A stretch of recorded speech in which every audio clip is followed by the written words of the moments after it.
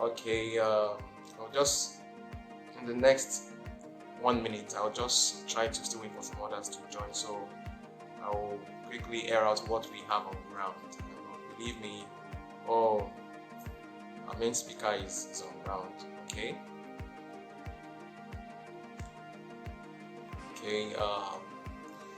Let me just give it some 1 minute. But please try to notify others. Please try to notify others. Please try to notify. Okay, please try to notify others so we can get to business early. Yes, and we get done with what we need to get done. Our topic today is really broad, and I believe a lot of us will have lots of questions. We'll have loads of questions, and it's good we start early. Mama, UC, Israel, you're welcome on board. Sheil, Harry Stars, J Babs, observing protocols. Yes, I really appreciate the fact that everyone is, just try to help me network. Please, let's network with others. Okay, some of your colleagues that are architects. I strongly believe today's session would actually bring about some tremendous impact in our perception of architecture as regards business. Okay, so going straight to this, today we intend talking on balancing architecture and business, and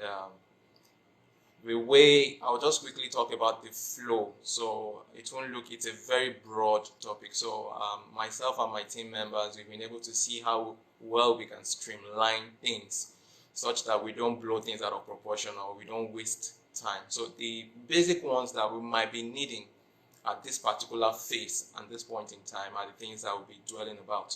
So, and you know what Pulcher is all about. We are not, going out of the educational system. It all starts from there.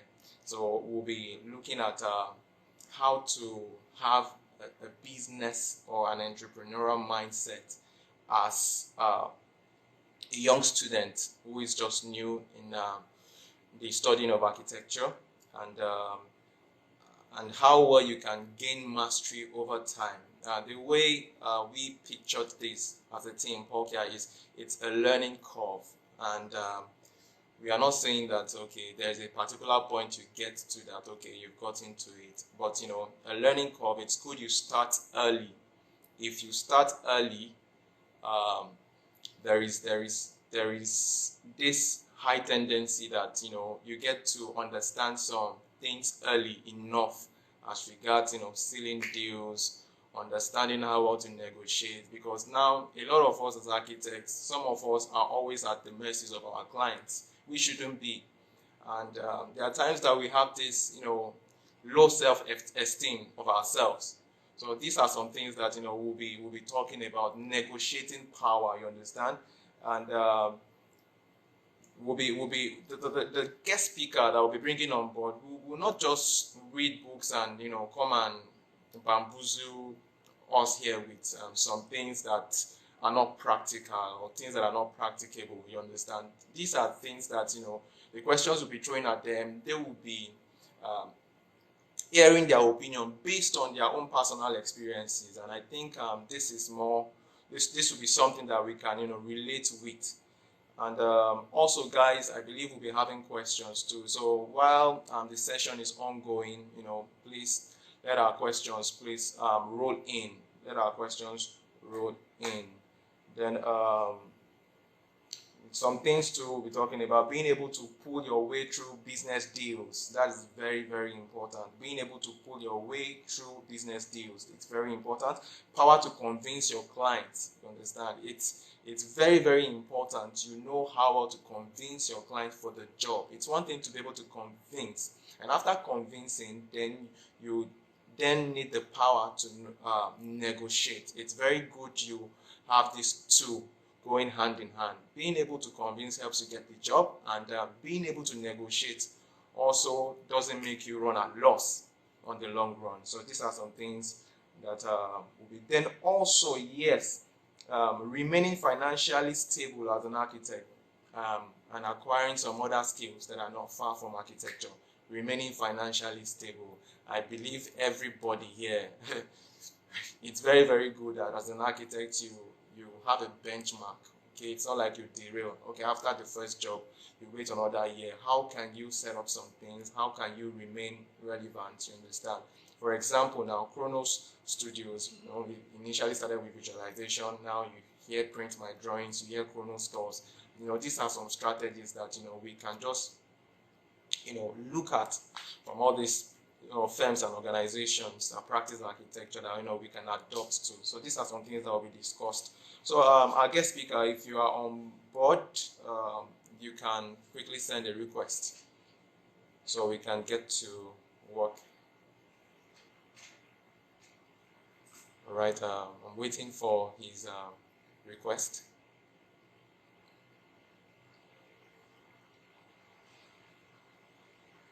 Okay, maybe while I'm awaiting his request, maybe I should still be Bayo Adekola, Rada Olubenga, Kenny Marius. You're welcome on board, Architect Kenny. So nice to see you. Ona Sile Kingsley. Sorry, please. But Nazar, guys, you can see.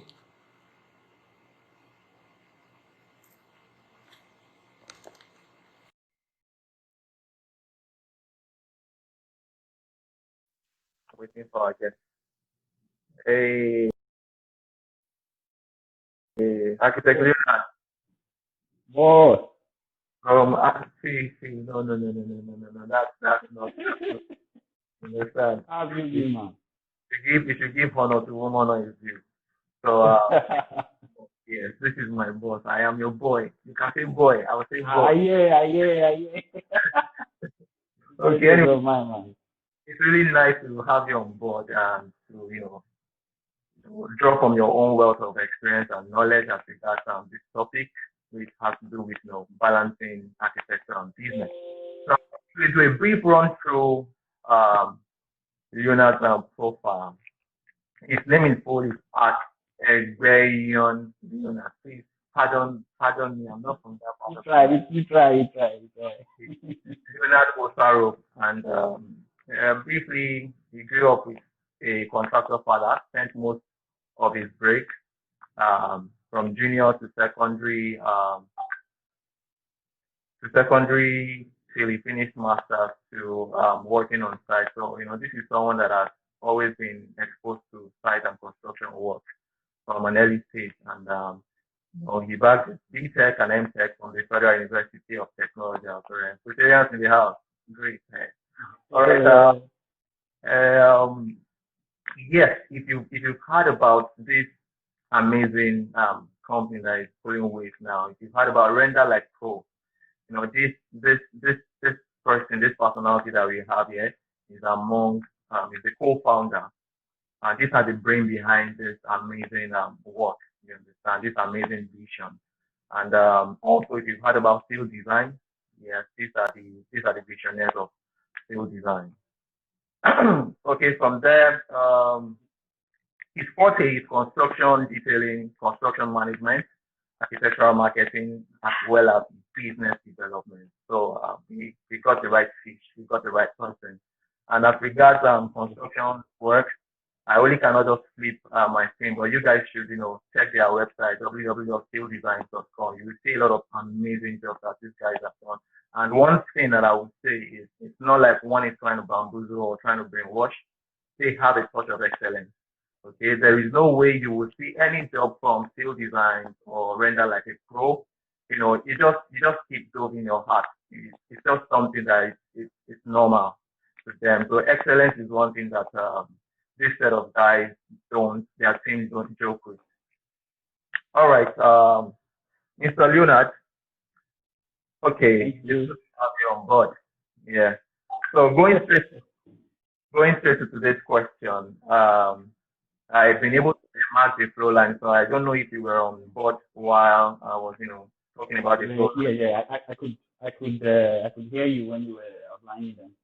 Okay then. So we'll be going straight to this. The first question is the term architecture and business.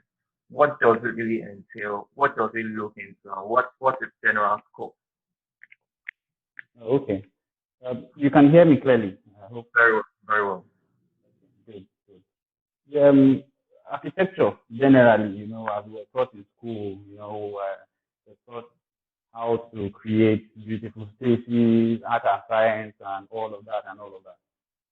Now, relating it to business, basically, I'm going to try as much as possible to, just narrow it down because this is there's a whole lot of spectrum we cannot cover in an hour. One thing they didn't tell us in school, which I feel is basically lacking, is that architects are in the business of creating housing solutions. They told us it was an art and science of creating and all of that, but architecture, just like every other area of life, is a product. You create products, but we're told to perfect this act of, manufacturing or creating, but we're never actually told how to sell it. So the business side of architecture basically answers those key questions like how do you brand your architectural firm or you as a person if you're a freelancer? Because all of these things affect at the end of the day why you are in architecture, which is cost to make money. So, the business side of architecture talks about branding, how do you get yourself out there, which is basically, marketing. It talks about staffing. It talks about your daily operations as an office, because mind you, even though we create spaces and all of that, we still have to manage people. We have to continuously learn and all of that. So business side of architecture basically covers all of these areas that will not necessarily require or necessarily relate to drawing of lines. Do you get what I mean? So that's how I just put it. So the business side of architecture refers to all of these things that make drawing of lines easier and all of that. Okay. So that's it. All right. Thank you very much. And also now the next question we have for you is, as a young architect or a student architect, is there a specific timing to begin exposing oneself to the cause of architecture and business? If yes, why? Then when? If no, why also? All right. But I need to first clearly state something. There is no one size fits all to any of these rules.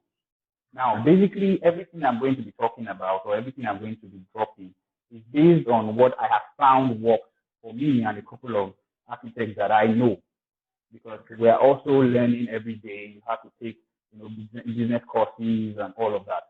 And at some point, architects, I recommend that they take an MBA as well. So you have to continuously learn. So everything is not cut and dry, meaning that if you try this method, it doesn't work, there are always room for improvement. So with that stated, I would say that starting out as a student to go into business, business generally is like, I feel is a way of life. Buying and selling is a way of life. It has been around for a long time. So for students of architecture, I feel the best time to start learning that is when you go, I can say you use your first 2-3 years in school, to get a grasp of what architecture is, right? Because most of us did not even understand what we were doing until maybe we went out for IT. So I believe personally that is the time to actually diversify and put your hands into many cookie jars and all of that to see, okay, do I really want to explore to see this side of business? You get what I'm saying? Now, as a personal experience, I had to do buying and selling as a student. So that in itself helped me to, harness the skills of, selling to people. You have to talk, convince them, and all of that. So I'll say that IT period, depending on the school you go to, is a good time because there's not so much workload as from that of school. I don't know if you understand what I'm saying. So you have enough resources. As students, we say we don't have money, but when you are doing IT, I believe that it gives you free time to do some PT. You can take some online courses. You have the freedom to do all of that. And I also believe that at that time, you have access to some online platforms which are for students and they're free. So this time is actually the best time to start exploring the area of architecture you want to specialize in. We'll get back to that later because people don't know what niche is. Okay. Yeah, sorry. Okay, thank you very much. Yeah, while I was giving a breakdown of my Oga's profile, yes, we have a good news. He just passed the Akon APC exam to be a registered architect. You know, guys are pulling with, you understand. These guys are not ordinary guys, okay? That act is official very soon, okay? After 2019. So congratulations as regards that. So it is really, really important. It is really important. Well, there's no specific timing, as both have said. There's no specific timing, but there is more like a period in time. Maybe during your IT, if you have that, you will definitely have more opportunities at that point in time. But for myself now, you guys, you knew how I was hustling back then in school. Yeah. All these things help. It really helps because as an architect, the skills alone pertaining to the use of software might not really help you that much if you don't know how well to set up business deals, if you don't know how to position yourself very well, if you don't know how to negotiate. All these things are very, very important. So I'll go to the next question. I would want it to be more practical. So maybe this question relate more real life scenarios. So yourself an artisan. So why is it most important for an architect to have a strong negotiation capability? You understand? Why is it very important? Okay. Before I answer that question, right?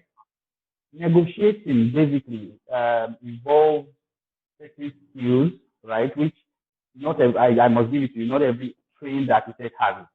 So sometimes architecture firms pay other people to help them in the negotiation process. Some have a department for that. So basically, negotiating is a skill that you must either acquire or you have to pay for at some point. Because what it does is it helps you, it places you or your firm or your brand beyond the crappy pay that most clients want to give. Do you get what I'm saying?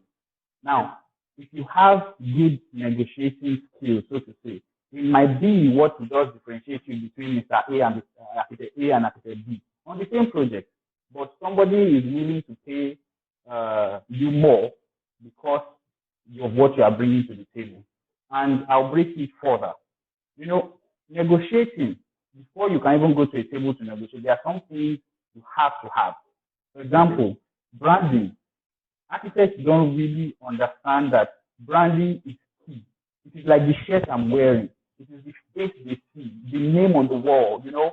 Anytime they think of you, what are they getting? Do you understand what I'm saying? Now, that is branding. Branding helps your negotiation. I don't know if you get what I'm saying. Now, let me give you a very practical example. Now, imagine an architect, more like a client, tells his staff and says, get me Julius Berger now. I want Julius Berger on this project. I don't know if you get what I'm saying. Now, if he's not thinking, go to A, B, C and give me proposal. He's saying, get me Julius Berger, meaning that he's not going to tell Julius Berger that you are too expensive at the end of the day. Now, that is the power of branding. Now, if a team from Julius Berger is coming into that room, they are not coming to, let's see if Oga will give us this work. I don't know if you get it. So their negotiation is almost as smooth as sales because they have a brand that people can relate with. Do you get what I'm saying? So branding is key because branding is like the characteristic of your firm, from your logo, from the value you deliver. I don't know if you get it. From the philosophy you operate by, from your history, from how you're able to tell your story, it forms your brand. So now, assuming the brand is out of the way, and you're talking of value, common mistake most architects make is the fact that we keep telling people, I will do your work for you, right? We sell them features rather than benefits. I'll explain what I mean. We say that I'll give you, for example, I will render like a pro as a case study. When we are bidding for a project, right? Now, because we have some level of brand coverage, we can send in a document stating what, maybe like in our portfolio, for example, we can clearly say that the visuals that we give you, right? The features is, 3D. You'll be able to see all the buildings from the point of design. That's before even going to site, right? But we go a step further to say that these visuals will help you, your artisan, see the project even before it starts. So there's no trial and error for every stage. You get? Now, that also translates to when they are your laborers on site, the people who are going to help you raise funds. So at the end of the day, our visuals as a benefit to our clients help them, maximize costs, raise funds, save them time, reduce the cost of waste. You get what I mean? So that is a benefit. Now, if you say, okay, still design these detailed drawings, we specialize in paying attention to details. That is a feature. It's a specialized service.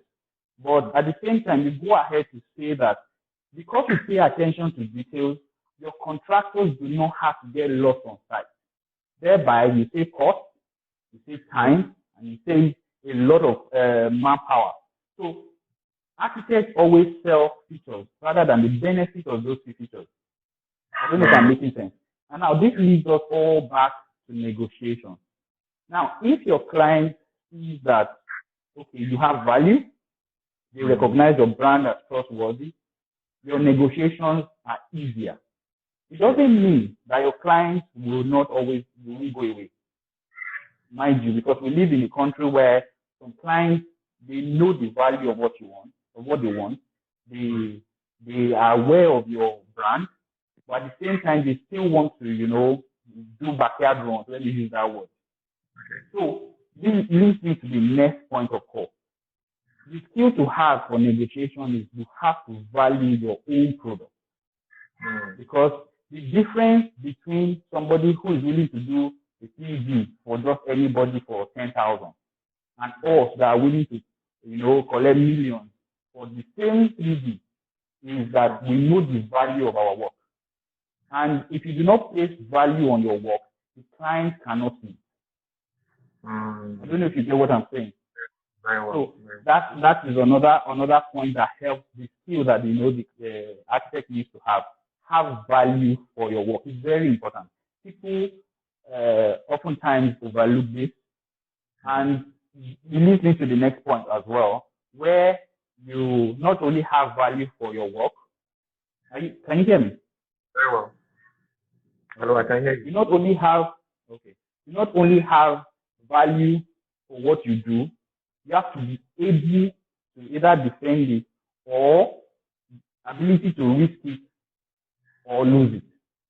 I'll give you a very classic example. 2 case scenarios, right? We had a project done for a client before. The same client. Now the client returned. We wanted to do a similar project in the same location. And initially, when we were trying to do the first project, we collected a certain fee from the client because, of course, we're trying to win her heart over, right? Now, we had successfully completed that project. And now we are sure that this client knows our value. The client knows our brand. Do you get? So, this next project now, we finished design. She paid for design because we value design. We never give away design for free. You understand? So she paid for design. It's time to move to site. She said, okay, and we have to do the same thing for supervision, which we did for the first one. And we sat down and said, the truth is this: if we do not value what we have, yes, the fish was going to pay, willing to pay, would have been enough, honestly speaking, right? But our value as at that time, the way we seen ourselves, had increased beyond the way she was seeing us. Do you get? So we told ourselves, either we remain lonely boy 15 in this lady's eye for the next, God knows how long, or we cut our quote according to our size, the way we see it now. So we told her, well, she gave us the option. It's either you collect this amount or I find someone else to do it. And frankly speaking, we worked. It was painful at the time because we had invested a lot in the process, but we actually worked. And then we had moved to site. It was the first day of moving to site. She had mobilized and all of that. We went back to the table, we funded what she had paid, and we moved.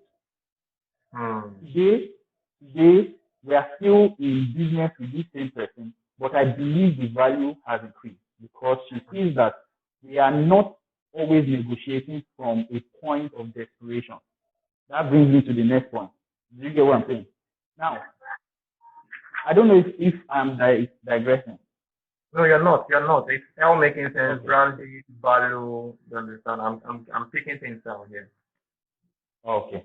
So for example, the other case scenario, we went in where most architects are always afraid to name their price. It's a common thing.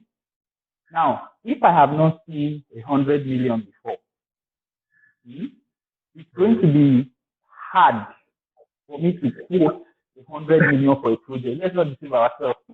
You understand what I mean? Now, if over time you have, you have realized your worth and you know that on this particular project, I deserve this. Don't be afraid to go all out. And the case in point is one that it has to do with, visualization. And the job would have been done with, the first, of course, the quote would have been very small, would have collected the money and would be happy. But we realized that, this client is new. We had done things for her before as well, but she knows that we are good. And it has to reflect in how much we charge. The risk and lose thing comes into play again. So we quoted for it. We looked in our eyes. We were thinking, okay, maybe she will remove half. And we would have collected it, still be happy that, yes, we have made money. And we got to the meeting, and then after talking back and forth, we explained what we'll be providing, right? Then we put hand in our pocket, brought out a check, and gave her advance without reducing our fee. It was shocking to me. I must tell you the truth. It was shocking because I was asking her, so if you say we not charge this woman like this, you mean say we'll lose like that? You get what I'm saying? So basically, you have to not be afraid to call the figures. Do you get? Very well. Now, if you can do it, then it is not bragging. It's very key. If you know it is what you can do and do very well, and you blow it to the world, then it is not bragging as you're right. Do you get what I'm saying? So I don't know if all of those things that I mentioned, some of them that I was able to pick. Okay, before that too, I think maybe I'll just cite one slight instance. Yeah, during my NYSC, the first thing is it's always leverage on some senior colleagues' experiences. So you get information, you learn, you understand. You should have like a mentor, directly or indirectly anyway. And branding is very important, and the part where you spoke about value, that is very important. Understanding your self-worth, your worth. So I got into this term, and he was paying my colleagues. You understand? We're all architects, and we were paying my colleagues visibly the usual stipend they pay for. The first thing they will say is, I can imagine. You guys are coppers, and coppers don't get. That's the story. But over time, that he began paying me higher than my colleagues, but I still was not comfortable. You understand? I was not. And within the span of 3 months, the same colleagues, we were working together, but my salary rose. I'm not saying that I have so nobody to come and tax me. Okay. The major point here is that my salary, by virtue of understanding my value, the confidence was there to go and meet my boss one-on-one and negotiate. You understand? So that is very, very important. So naming your price too is also very important. So don't get scared of numbers. Understand the worth of what you are delivering. The fact that you have not earned something of that worth or of that amount is not a criteria to show that. Then Okay. let me chip this in. I think there's a disconnect of some stuff that I should have mentioned earlier. Now, Okay. I know that there are students here. You know, there are people who are just starting out. You get, they are freelancers. Now, I remember back then, in, 2016, even as close to beginnings of 2017, where we didn't just start out charging high. No, everybody pays their dues. Honestly speaking, everybody pays their dues. Even till tomorrow, we still carry out some pro bono jobs. Based on who the person is and what we hope to gain. Everything is a business transaction, honestly. It's either they are paying you in cash or they are paying you in kind. Somehow, somebody has to be paying something. You get. So, even as students, starting out and everything, it is important to know what is the value you are deriving. Even if they are not paying you, it's either that person at some point is sustaining you for something else or is your mentor. Somehow you have to know your value.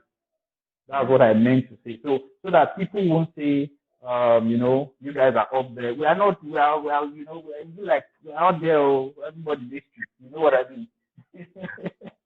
So at some point you have to pay your dues. It's very important. But even when paying your dues, you have to know your value. Yeah. Okay. That will lead to the next question. I took note of what you spoke about, and it was also on my mind too. How do you know when to, maintain balance as regards negotiation, such that you don't undercharge yourself? You should know when you should back out. You should know when you should stay if it is considerate, and you should know when you go for the job or something like that. I believe you get what I'm trying to say. Yeah, I get you. Excuse me. For starters, if you know your client, the value of the job you are doing most times is dependent on the client bringing it. First thing first, you know your client. There are people who will pay 5 million naira to design this mouse. At the same time, there are people who will beg you with 5 naira to design the same mouse, right? And there are people who will beg you with food to design the same thing. You understand what I'm saying? Know your client. If you know your client, that way it is easier. It's the same amount of work that goes into all of it.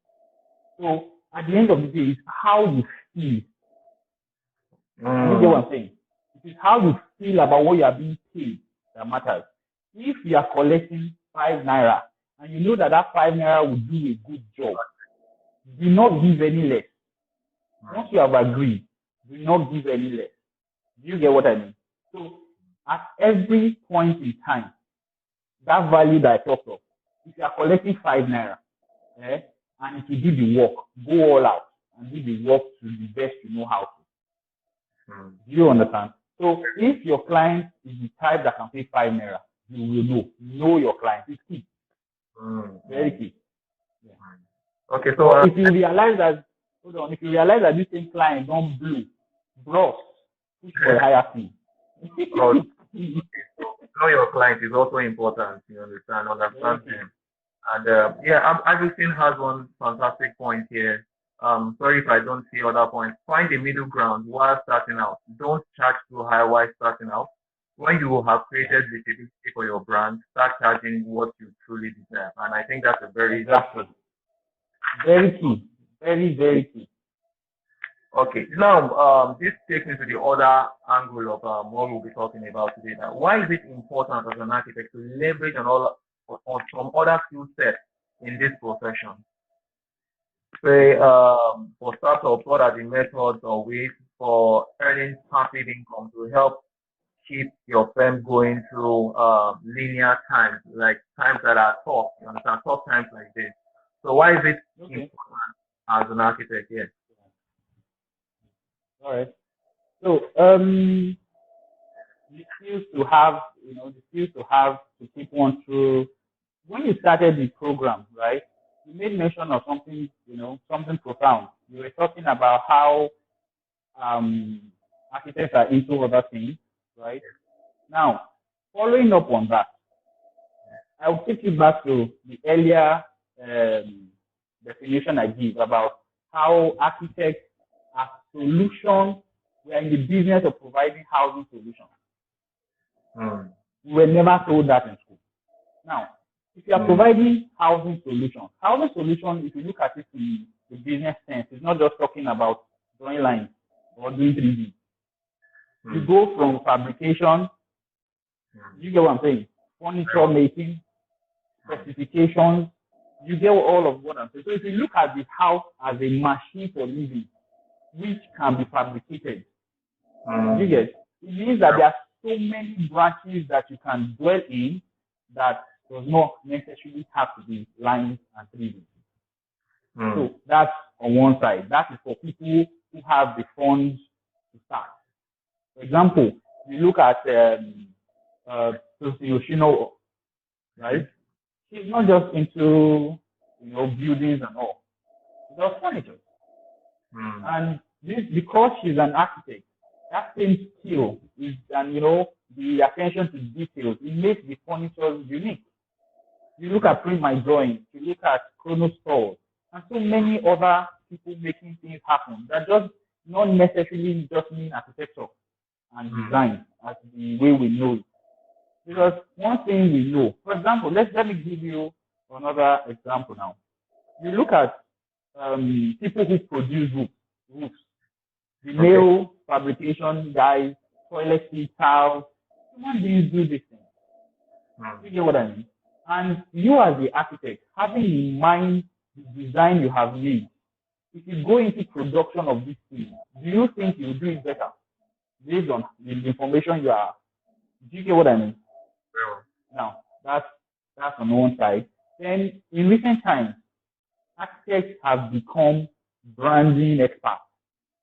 They help to brand your product because they are visual people. So, I know architects who they haven't done a design in the past 3-4 years, but branding is what they do for businesses. They create adverts, they create all sorts of media marketing tools for other people. So those are other skills that you can harness that does not necessarily have to do with drawing lines for building. You get? Now, coming back to people who are still in school, freelancing is a big deal now. And I know that, you can be in the company, it requires minimal capital to start. Or you need the time, you have the time, you have your computer, and you have, even if you are sitting on your bed, you can still make money on the internet doing freelancing jobs, which could include, if you are either writing articles for people, even as architects. You get, you are doing proofreading, you are doing design. So there are a lot of things that you can do to, keep yourself floating until you get that big break.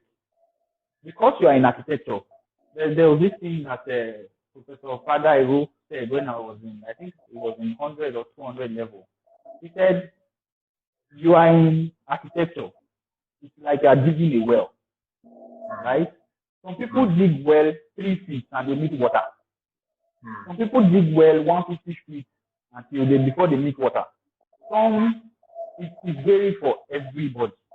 So at the end of the day, if you keep at it consistency and you do all of these things together, I believe in that big break will come. So basically that I think that answers it. Okay. All right. Thank you very much. I would go to the next question.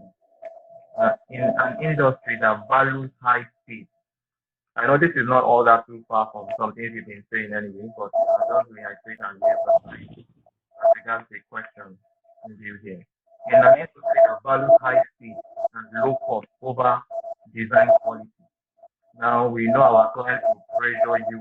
You understand? Like, no, you can do multiple. The fiber workers, you cannot relate to what I'm saying.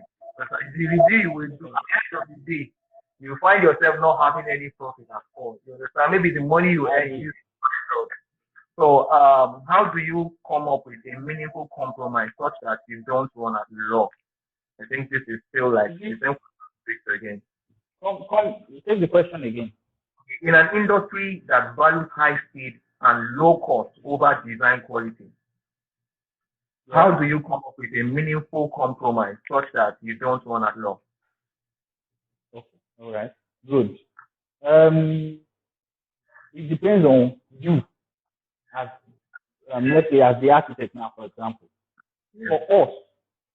For us, I'll use us as an example. Render like a pro, whether we are giving you pro bono or we are giving you paying hundreds of whatever it is you are paying.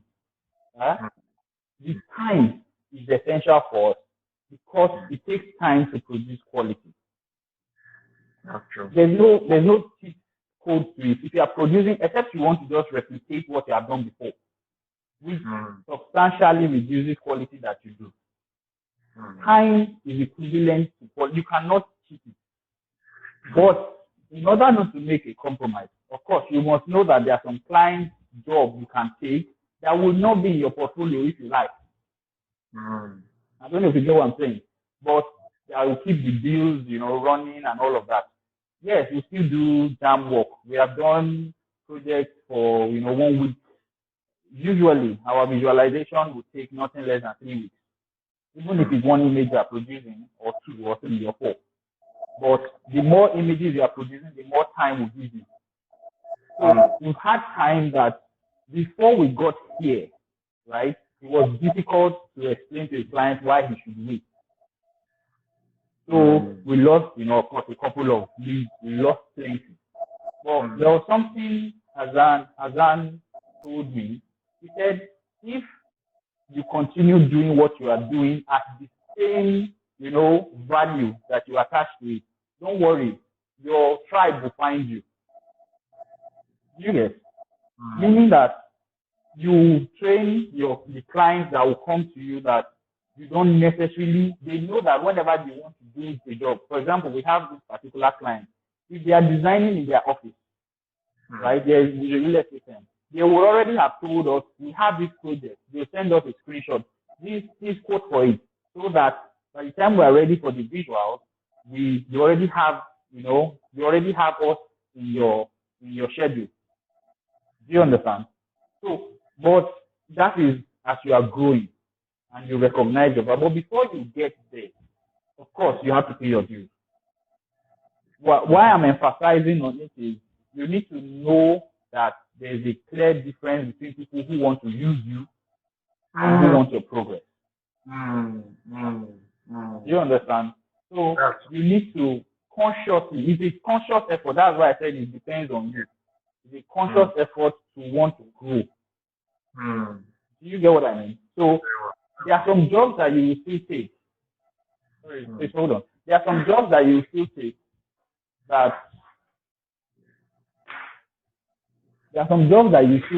that you need to do crash program for. Okay. I don't know if you get what I'm saying.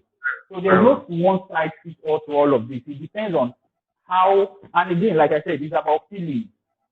If you can do this, if it's a design work and you don't need to spend money, you get.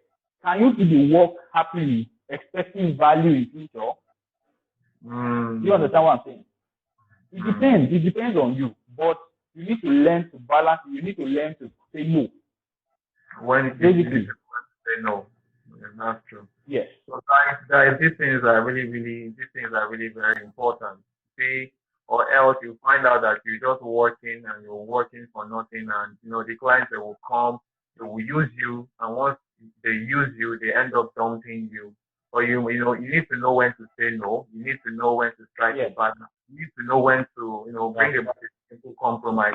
I remember one lecturer saying something that no matter how hard you pressure him, a design that yes we know can take 24 hours, 48 hours or 72 hours, he says that he makes sure that he doesn't give them within that time frame, that he gives them about in 3 weeks time, that is a standard that he has chosen to follow. And also whenever you strike a deal or you tell them that, okay, whenever you want to tell your client that, okay, I'll be delivering this job full time, make sure that you try to stretch the time lapse so you beat that timing.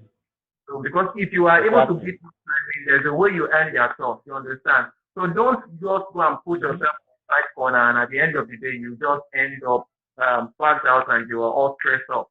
So that is Yeah. key very much for that profound illustration and response. Okay. Um, can you this question says, okay, guys, please, if you have questions, yes, if you have questions, we have about say 10, 8 minutes thereabouts. Please just let your questions roll. What are the importance of strategic policy review as a business-minded architect? I don't know. Maybe I should just shed What more are light. Okay. The importance of strategic policy review as a business. okay? Now, over time, whenever you evolve, it's always good that you review, you understand, you review, Yes. and it has Yes. its own. So, what are the importance of all this? Okay. Anything that has to do with creative, not just architects now. Anything that has to do with creativity. You know that the measure of how good it is based on perception, how That's people it. perceive it. That's it. So, what was perceived to be the ideal thing in terms of, let me use our field, visualization. What was perceived to be the best visualization 5, 10 years ago is all looking like it's crappy, right now. It's crappy right now. You understand what I mean? So constantly, when you have, even in the business side of it, if you have tested a method, right? This is the method we use in acquiring clients. If we tried it for 1, 2 clients and it works, we have to fine tune, okay, what did they not like about that particular process? We recheck and say, okay, let's do this better. The only way you can learn is always on the job. That's where I see. If you don't practice these theories, it will just be theoretical to you.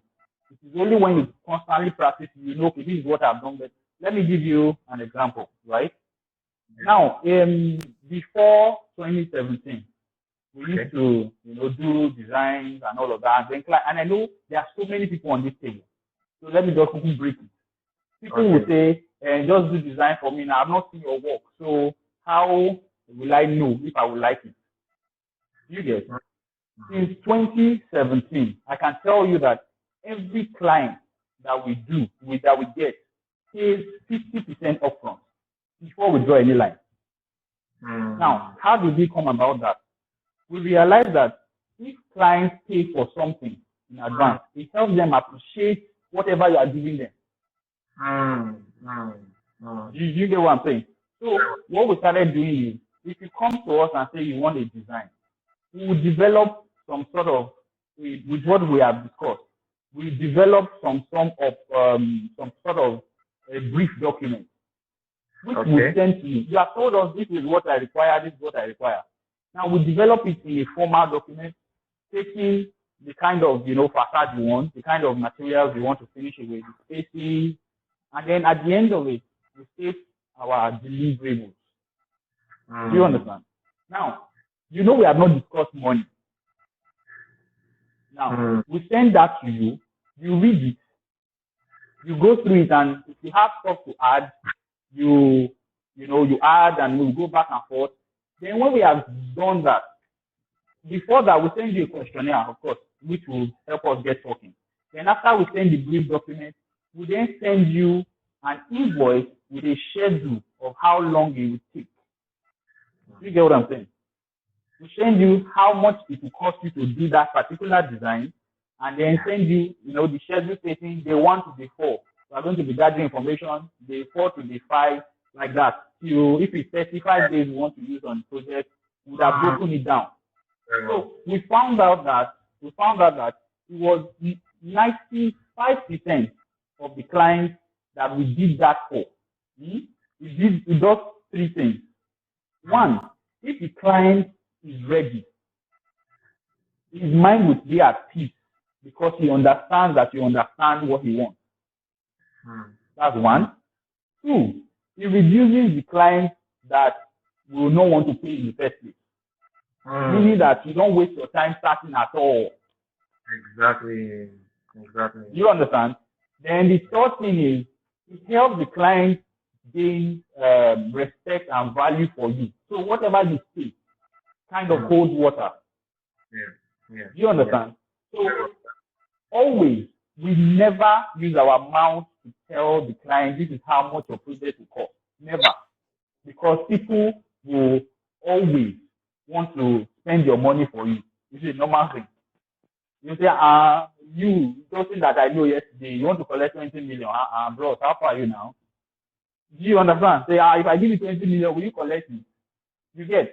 But if you send it as a document and you break it down and everything, it makes them see how important it is to you and to them as well.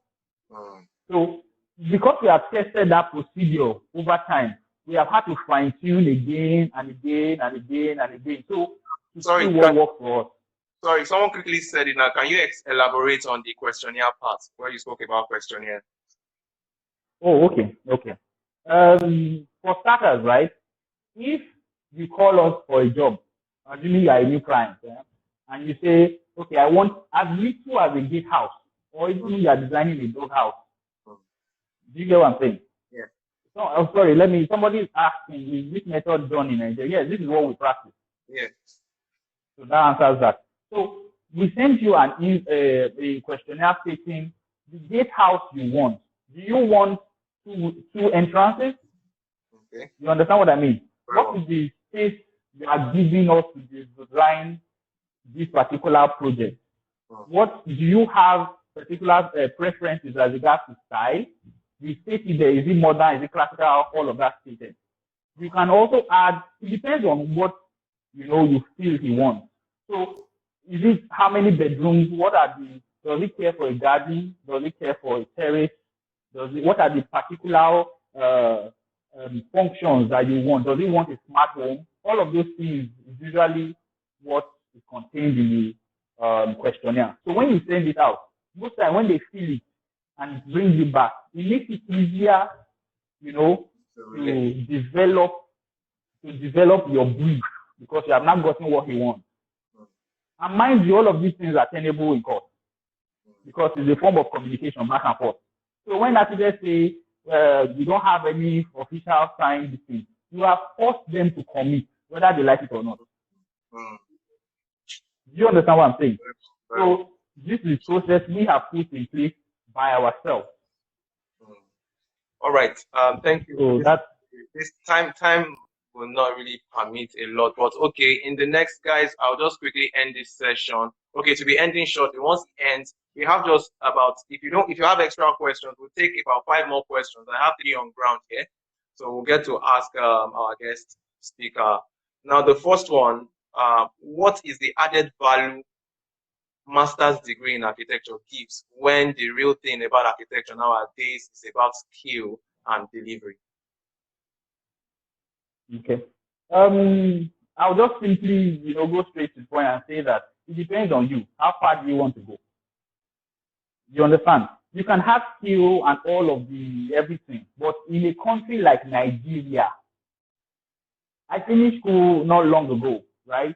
But because I did the master's, I was able to go for the APC exam. Simple.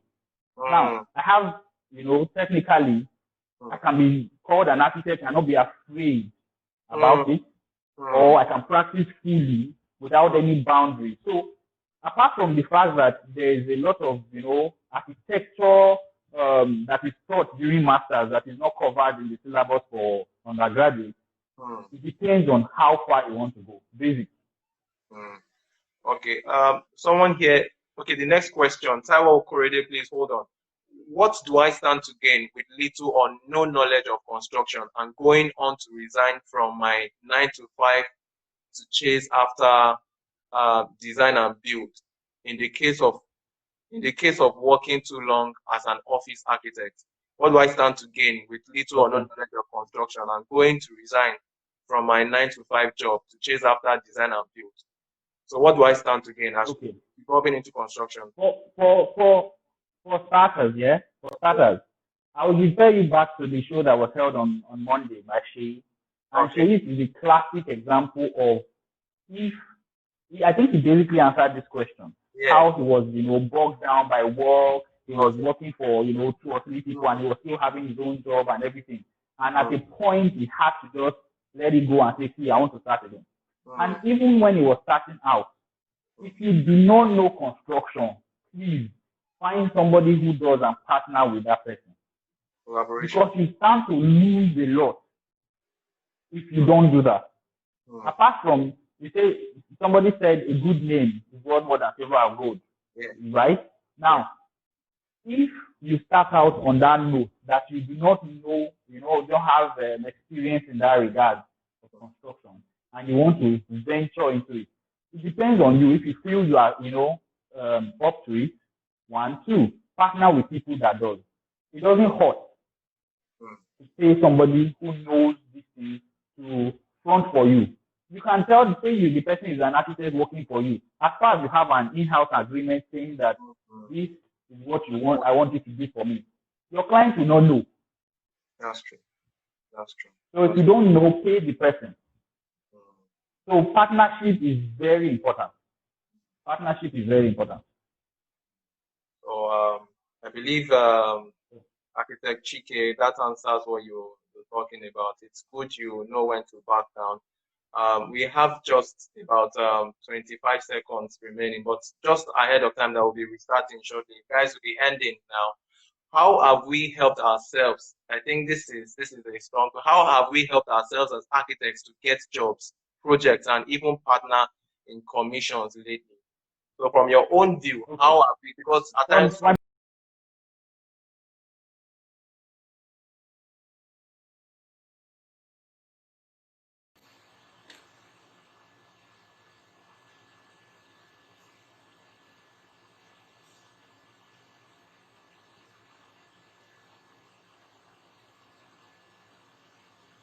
Okay, guys, so quickly, while I'm waiting for our guest speaker to come on board, please, just your questions. In case you did ask any important question that you feel that, okay, the guest speaker hasn't, given some full illustrations to, please just quickly let us know. You can write your questions again or type it on the screen so we can quickly have everything answered within the next 10 minutes. I know time is really precious to us.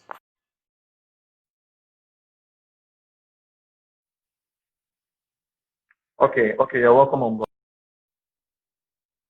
board.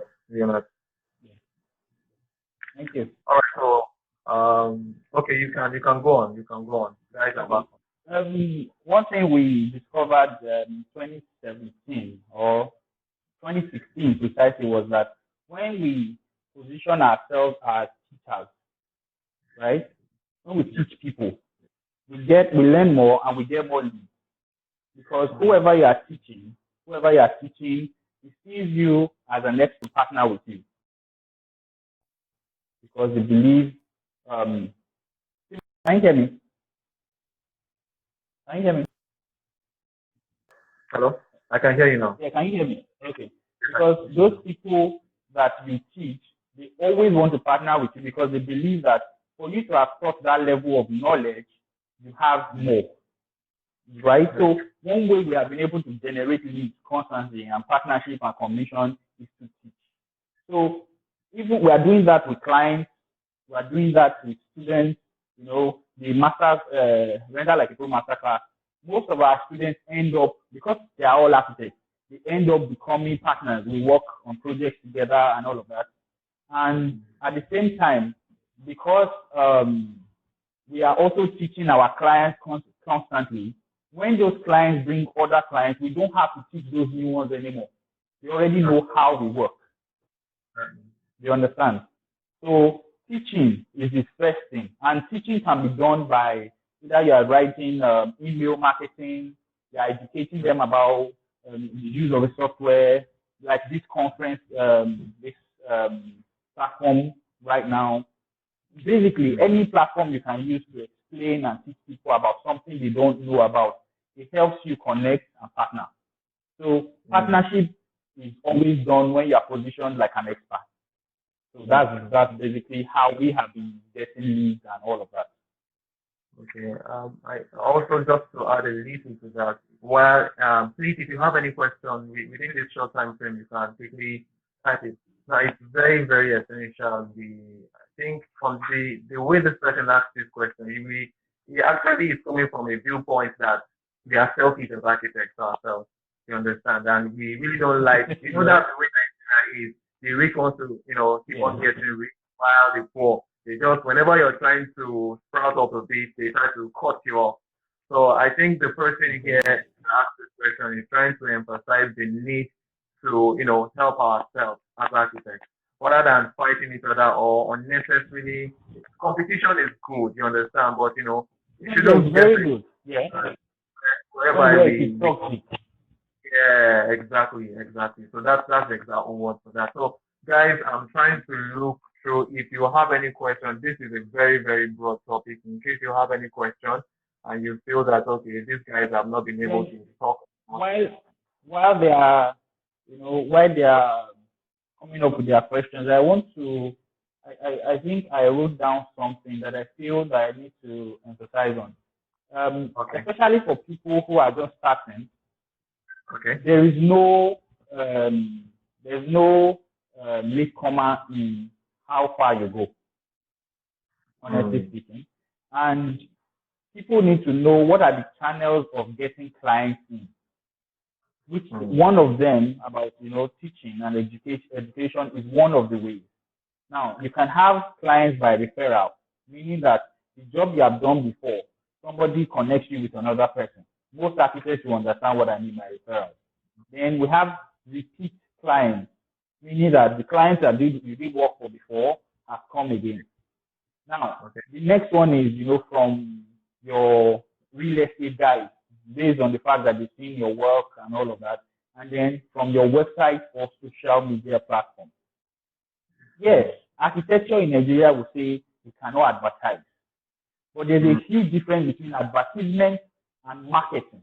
That's two different things. So if you market is subtly telling people, this is what I do. If you want me to help you, I could do this for you. You are not publishing your ads on the paper, but you can do subtle marketing. When you're educating people, you are marketing your skills. When you write blogs, when you are marketing your skills. So that people need to realize that there's a clear difference between marketing and advertisement. It's very key. And also which one you are better at. Some people are very good on their social media. If that is the point you want to, use, there's always a niche for everything. Capitalize on it and make sure you are consistent with it. So I feel that needs to be out there in case, Okay. In the absence of questions, I don't think anyone has any questions. Maybe in the next 1 minute before I round up, I'm already doing my I call this an announcement session also. But yeah, it's really been an insightful session, guys. This is very, very broad, but some takeaway nuggets that I've been able to take. Just understand, strike a balance. That's why with the topic itself, you will notice that we had to put balancing architecture on business because it is dicey, you understand? The business angle to architecture is quite dicey, and you need to have some principles so you don't fall on the other side, you understand?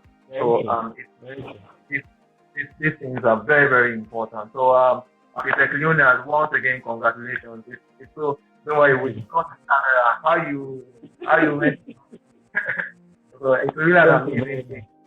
And the other thing is, guys, in case you have any special suggestion, you have anything, you can always drop it in the comment section, any of our posts. And every Tuesdays and Thursdays, we are taking it upon ourselves to always release some short video tips and tricks sessions showing how well you can maneuver or become a bit more versatile with the use of software. If we are even good today, rather, if you are good today, it's as a result of the fact that amazing guys like this mentored us, they tutored us. Yeah, I was taught by Leonard and Deolu. And if I'm good, they call me Timas.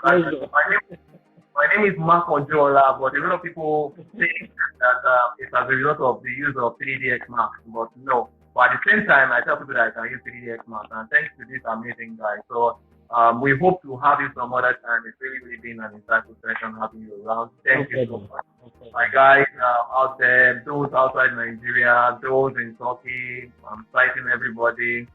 Please, when we come up with another session, I think that one will have to do with the evolution of architecture. That's looking at AI, yes. And for now, if you have any special suggestion, I'm looking at someone who understands the African terrain, who is a white, maybe, but at the same time, or someone who understands the African terrain, who is really vast when it comes to knitting or the evolution of architecture to AI. So that's about that. So thank you so much. Please share the news with people. Share some of our posts that will be dropping regularly with people. We really feel that a lot of people are not aware of what is going on, and this is a period where we need to equip ourselves, because the transformation that the world will go into now warrants we as architects equipping ourselves. So it is really very, very, very, very important. Thank you so much once again, guys. Signing off from somewhere in Nigeria. Trusting Mark Andrea. Thank you. Bye. And